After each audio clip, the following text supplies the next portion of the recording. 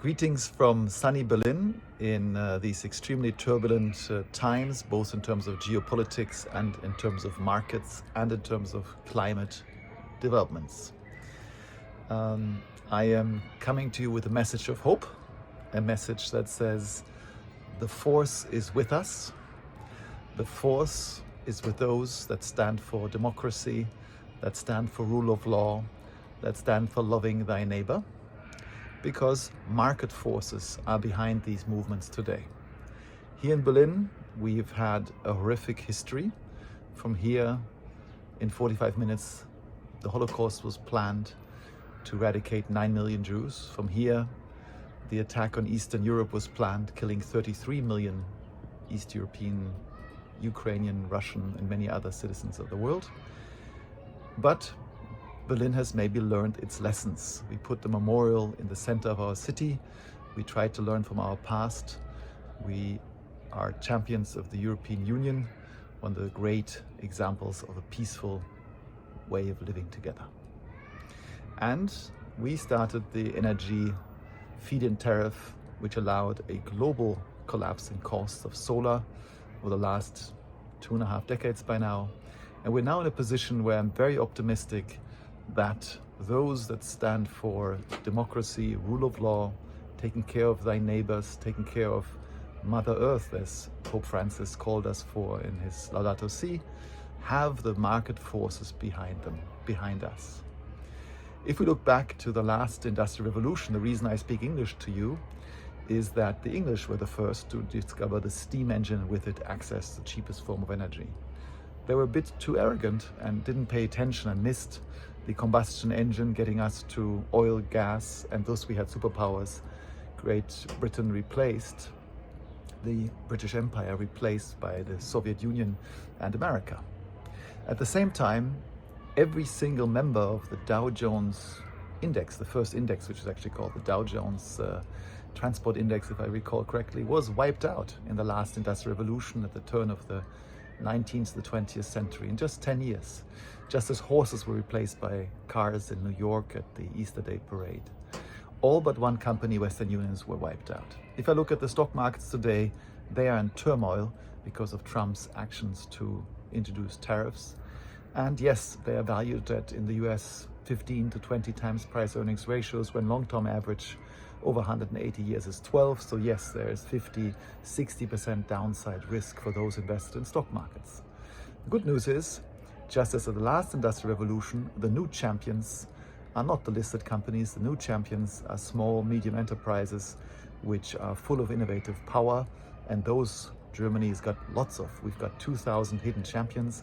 We've got lots of new innovation that is set up to prosper in this new world of decentralized, affordable energy. So I'm very optimistic that we will end up in a world where, never mind where you will be born tomorrow, there will be affordable, decentralized solar available, cheap batteries available, wind in some places, geothermal in some places, hydropower in other places. And as a result, we'll have decentralized power, because people will be able to cook, they'll be able to boil water to wash their children, they'll be able to read after 6 p.m. when it gets dark, they'll have access to information, and therefore the world is one full of opportunity for people. And as we have decentralized power, there's likely to be more decentralized democracy, and no two democracies ever went to war. So while it's horrific what President Trump is doing, it's horrific what President Putin is doing in Ukraine, it's horrific how women are being suppressed in Iran, and all of that is funded by oil, gas, and coal, we now have the power in our hands to move forward and tax carbon at the level that it is required for us to make rational choices. As long as beer is free in Germany, we drink a lot. As long as showers are free, as long as emissions are free, we consume a lot. But as soon as we charge, we pay attention. So I see the opportunity of a carbon tax and dividend, not just in Canada, not just in Sweden, but in all of Europe, in the European Union, possibly even in OPEC countries, because they're interested in driving out coal and high-cost carbons, while we all care to reduce CO2 emissions to stay alive on this planet. You would have seen the actuaries report in the UK saying they expect by 2100 at least 2 billion premature deaths because of climate change, and if things continue as they do now, 4 billion, and with it a 50% collapse in global GDP. So if you are a long-term investor, you've got to pay attention. We've got to introduce a carbon tax and dividend. We've got to make sure we have local value chains and we have free trade among those nations who like to respect the rule of law. And a wake-up call to Europe to have to arm itself, for Germany to work together with the UK and France to have a proper military, for the European Union to have a proper Minister of Finance, proper Minister of Defense, a proper army. And as a result, I am confident that we're moving towards a peaceful world. And I'm even more inspired by the sort of innovations I come across from, for example, the Sprint conference, the German Innovation Agency for Breakthrough Technologies taking place tomorrow, with amazing companies across many different areas, which give us the power to have transparency, information, to use artificial intelligence for us, just like the internet used to be there for us.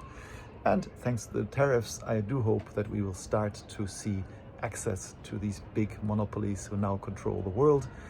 Just as Standard Oil was broken up, it's time to break up or to put in place competition by allowing access at the different levels for the Metas and the Amazons and Googles of this world. All that thanks to the current situation. So while it looks as if it's stormy, in fact, it's wonderful. As you can see, skies are blue, clouds of white. What a wonderful world. May the force be with you.